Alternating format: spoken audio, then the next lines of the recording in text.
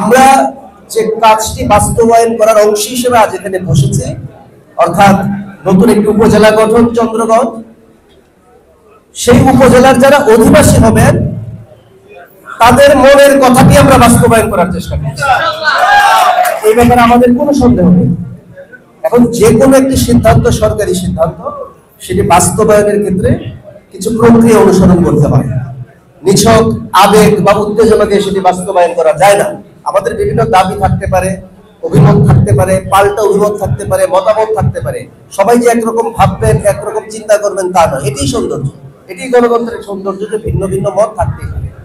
আমাদের কাজটি হচ্ছে আজকে আমরা খুব সংক্ষেপে গণশুনানিটি গ্রহণ করব।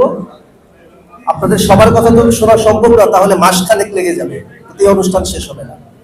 প্রতিনিধিত্ব পর্যায়ে আপনারা কথা বলবেন, আমাদের কাউকে অ্যাড্রেস করার প্রয়োজন নেই। আপনারা কি চাচ্ছেন, কিভাবে চাচ্ছেন, আপনারা 1 মিনিটের মধ্যে বলুন।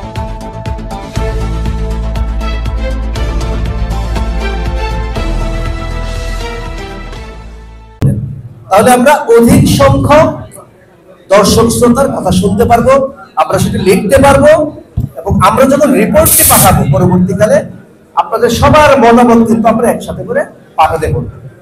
সবচেয়ে বড় কথা, লক্ষ্মীপুর একটি ঐতিহ্যবাহী জেলা, কিন্তু আমরা পদে পদে অনুভব করেছি নানান ক্ষেত্রে এই জেলাটি পিছিয়ে আছে এবং বঞ্চনার শিকার হয়েছে।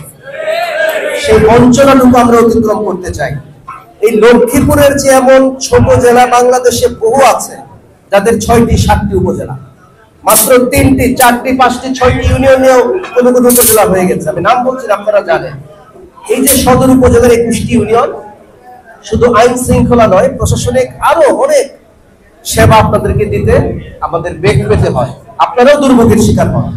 যদি একটি পৃথক উপজেলা হয়, নিঃসন্দেহে আমাদের সেবার মান বৃদ্ধি পাবে।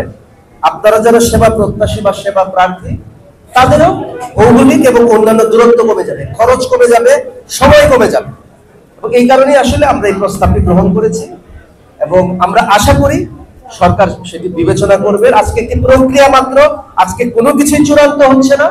আপনাদের সবার সম্মিলিত মতামতের ভিত্তিতে আমরা একটি সিদ্ধান্তে যেন উপনীত হতে পারি, সেটি আমরা পাঠাবো।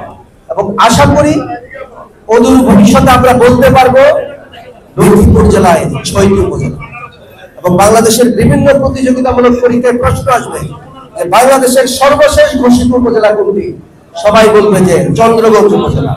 সেটি কোন জেলায় অবস্থিত? এটি লক্ষ্মীপুর জেলায় অবস্থিত। এই প্রশ্নটি যেন বিভিন্ন প্রতিযোগিতামূলক পরীক্ষায় দ্রুতই আমরা দেখতে পাই, এই আশাবাদ ব্যক্ত করে আমার বক্তব্য শেষ করছি। ধন্যবাদ সবাই।